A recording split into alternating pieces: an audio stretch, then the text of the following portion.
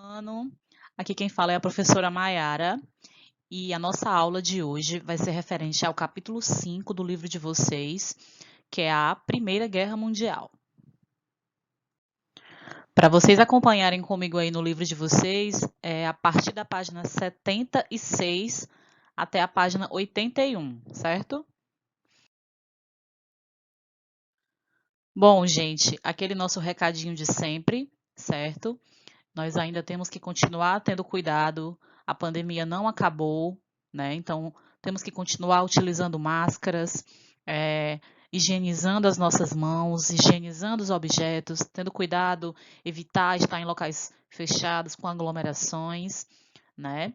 Eu espero que esse nosso semestre seja um semestre de recomeço, que em breve a gente esteja aí com as nossas aulas presenciais de volta, né? Mas enquanto isso não acontece, enquanto a pandemia ainda não acabou, nós precisamos continuar tendo esses cuidados, certo? Então vamos lá, meu povo. Primeiro sejam bem-vindos, né, para esse novo semestre aí de aulas, certo? E o primeiro assunto que nós vamos estudar na disciplina de História vai ser a Primeira Guerra Mundial, certo? Foi um conflito que ocorreu aqui entre os anos de 1914 e 1918, certo? Um conflito envolvendo vários países, principalmente na Europa, certo? Foi um conflito onde estima-se que tenham morrido de 9 a 20 milhões de pessoas, isso vai depender muito da fonte, certo? Então, alguns pesquisadores, historiadores estimam que foram 9 milhões de mortes, mas em outras fontes a gente pode chegar até um número de 20 milhões, certo? Teve como consequência também a dissolução de impérios. Eu coloquei aqui rapidamente esse mapa para a gente dar uma ilustrada em como era a distribuição aqui da Europa antes da guerra, pré-guerra, né? Você tinha aqui o chamado Império Austro-Húngaro ainda, né? E o chamado também Império Russo, Império Alemão. A gente tinha aqui também o Império Turco-Otomano, né? E após a guerra, muitos desses impérios se dissolveram, né, e se transformaram em vários outros países aqui. Então a gente vê que é bem diferente o mapa pré-guerra do mapa pós-guerra, certo? Então, gente, antes de entender o que foi a Primeira Guerra Mundial, nós temos que entender o contexto, né, que levou à guerra. A guerra começou por quê? Né? Em resumo, né, o principal motivo que levou à guerra foram as rivalidades imperialistas. Vocês estudaram o imperialismo nos capítulos anteriores. O que era o imperialismo? Era a busca por novos territórios. Né? Os países europeus, principalmente, juntamente também com os Estados Unidos, estavam nessa corrida imperialista, em busca de buscar cada vez mais territórios de influência. Então, isso acabou gerando algumas rivalidades. Né? Uma das principais rivalidades era a rivalidade entre a Alemanha e França. Os alemães haviam passado pelo processo de unificação na segunda metade do século XIX. Ou seja, a Alemanha, até a segunda metade do século XIX, ela ainda não existia. Ela ainda não era a Alemanha que nós conhecemos. Ainda eram vários territórios separados que formavam ali aquela região onde passou a ser a Alemanha depois. Então, a Alemanha ela acabou se unificando de forma mais tardia em relação a países como Inglaterra, França e etc. Então, quando a Alemanha se unificou, ela já nasceu como uma potência. Ela já nasceu como um país poderoso. E aí ela chegou um pouco atrasada nessa corrida imperialista, nessa corrida por novos territórios. Então, quando ela se unificou, ela resolveu também entrar nessa corrida em busca de novos territórios. Né? Isso prontamente chamou a atenção da França, por exemplo, que via os seus interesses serem prejudicados com o fortalecimento alemão. A Alemanha encabeçava um movimento conhecido como pangermanismo, que era ali um movimento nacionalista que pregava a união de todos os países de origem germânica. Né? E com o objetivo de unir forças e isolar os rivais, a Alemanha se juntou à Itália e ao Império Austro-Húngaro e formou essa tríplice aliança. O que era essa Tríplice Aliança? Era uma espécie de união, uma espécie de aliança militar, né? Ou seja, antes mesmo da guerra começar, os países eles já começaram a se preparar para a guerra. A Primeira Guerra Mundial não foi uma guerra que começou do nada. Foi uma guerra que houve ali todo um processo em que os países começaram a se aliar militarmente a outros, formar alianças militares, a se armarem, para que depois a guerra viesse a acontecer. Então a gente costuma dizer que a Primeira Guerra Mundial ela se desenhou antes de acontecer. Então, para ela acontecer, era só uma questão de tempo. Né? Existia o chamado revanchismo francês. Né? Entre os anos de 1870 e 1871, a França ela entrou em guerra com a Prússia, que era um antigo território, como eu falei para vocês agora há pouco, que ficava ali naquela região onde, após a unificação, virou a Alemanha. Então, nessa época, a Alemanha ainda não era unificada. Né? Então, a guerra foi entre França e Prússia, que era uma parte do que veio a se tornar a Alemanha. E a França perdeu essa guerra. Então a França ela tinha esse sentimento de revanchismo, ela nunca se conformou com essa derrota. Foi uma derrota humilhante. Nessa derrota eles perderam esse importante território aqui, que era o território da Alsácia-Lorena, que era um território rico em recursos minerais e era um território que a França não se conformou de ter perdido. Então, até então, existia essa rivalidade ali entre a França e a Alemanha. Né?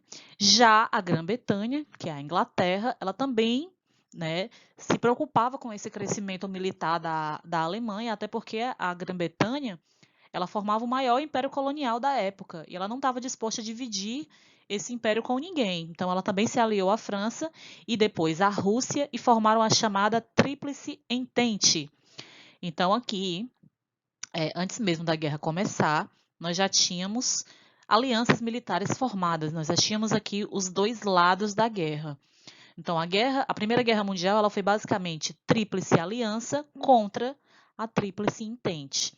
Apesar de que ali no meio da guerra nós tivemos uma pequena mudança, né, porque houve a saída da Rússia e a entrada dos Estados Unidos, mas nós vamos entender melhor isso daqui para frente.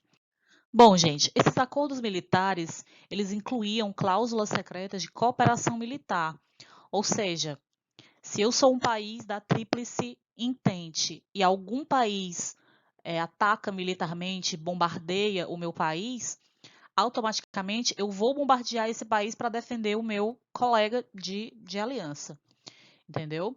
Então, assim, por fim, toda essa hostilidade deu a garantia para todas as potências e chefes de Estado na Europa de que a guerra era apenas uma questão de tempo.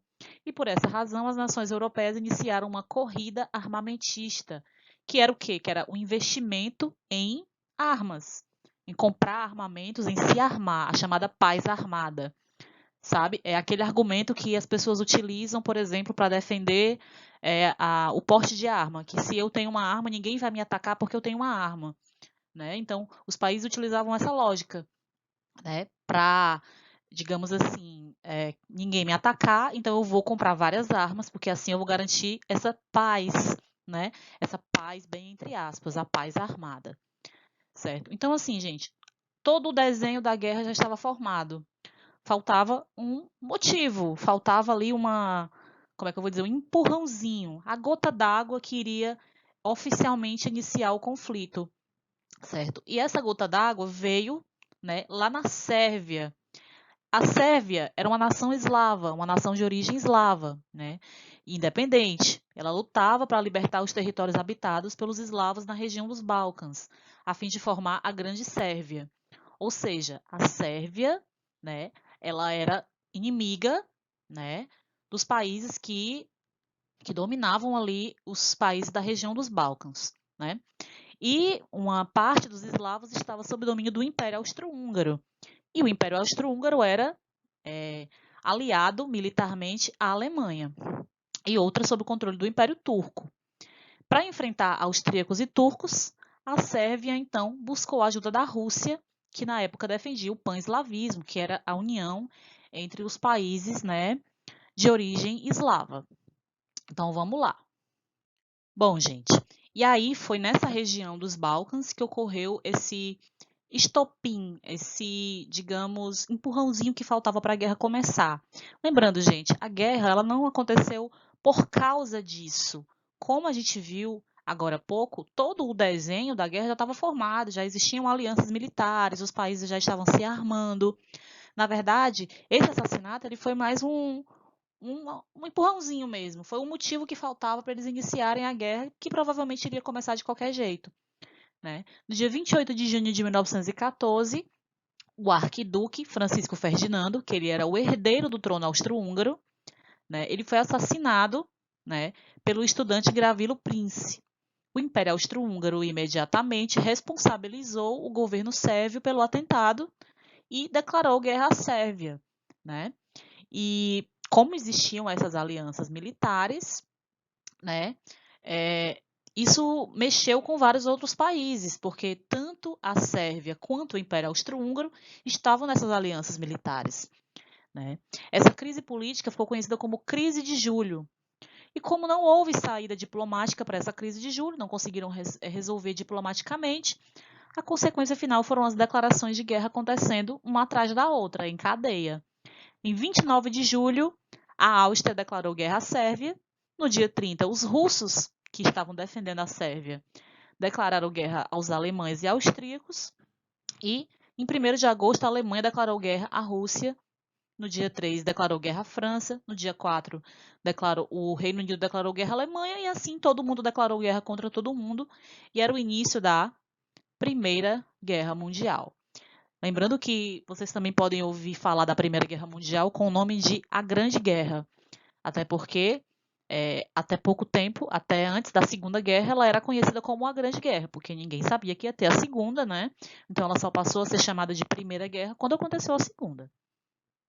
Aqui uma foto, né, do Gravilo Prince, que foi o cara que matou o Francisco Ferdinando sendo preso, né? Então, a gente pode dizer que nesse primeiro momento foi um deslocamento, né? Os países foram deslocando as suas tropas para onde iriam ocorrer as principais batalhas. Já a segunda fase foi um pouco mais duradoura, a chamada Guerra de Trincheiras. Né? Com a estabilização das forças em luta, iniciou-se uma nova fase da guerra, a Guerra de Trincheiras. As trincheiras eram espécies de buracos imensos, né? Onde os soldados ficavam lá dentro, nos seus frontes, né, atacando um ao outro. Era uma maneira de você se defender e atacar ao mesmo tempo. Os exércitos da Inglaterra e da França, de um lado, e da Alemanha, do outro, cavaram cerca de 640 quilômetros de trincheiras, que se estendiam desde o Mar do Norte até a fronteira da França com a Suíça. E com o corpo enfiado na terra, os soldados lutavam dia e noite. Então, muitos soldados passavam anos ali dentro daquelas trincheiras. Né? Muitos morriam lá dentro por causa das péssimas condições de higiene, do elevado número de ratos, até mesmo da falta de suplementos, da fome. Então, foi um período bem difícil da guerra, onde a carnificina e os horrores da guerra ficaram mais em evidência. E durou quase todo o período da guerra, da Primeira Guerra Mundial, foi nessa fase de trincheiras. Então, no ano de 1917, ocorreu um fato que acabou mudando os rumos da guerra e tirando a guerra daquela estabilização, né, daquela pausa muito grande que ela estava ali nas trincheiras. Né? Primeiro, em 1915, a Itália rompeu com a Alemanha e se aliou à Tríplice Entente. Né? A Itália virou a casaca. Enquanto milhares de jovens morriam nas trincheiras, outros países entravam na guerra também, como Itália, Romênia, Grécia, que entraram ao lado da Grã-Bretanha, Bulgária, e Império Turco Otomano entraram ao lado da Alemanha. E aí, em 1917, a Alemanha decidiu adotar a chamada Guerra Submarina, onde ela começou a bombardear qualquer navio que era encontrado em águas inimigas. O afundamento do navio estadunidense Lusitânia pelos alemães foi um dos motivos da entrada dos Estados Unidos na guerra naquele mesmo ano. Então, a entrada dos Estados Unidos na guerra mudou completamente o cenário da guerra para, né, os países ali da Tríplice Entente. Né? Inclusive, até o próprio Brasil entrou na guerra após, né, alguns um navio brasileiro também ter sido afundado pelos alemães, por submarinos alemães. O Brasil entrou na guerra ali ao lado da Tríplice Entente. A participação do Brasil na Primeira Guerra Mundial ela foi mais indireta, né? O Brasil participou apenas enviando medicamentos, ajuda de suplementos de comida e medicamentos e médicos, né, para ajudar, mas não foi assim uma participação direta. O Brasil não lutou com soldados na Primeira Guerra Mundial. Na Segunda sim, mas na Primeira não. Né? E ao mesmo tempo aconteceu o que nós vamos estudar no próximo capítulo, que é a Revolução Russa. Estava acontecendo essa revolução dentro da Rússia, uma espécie de guerra civil dentro da Rússia.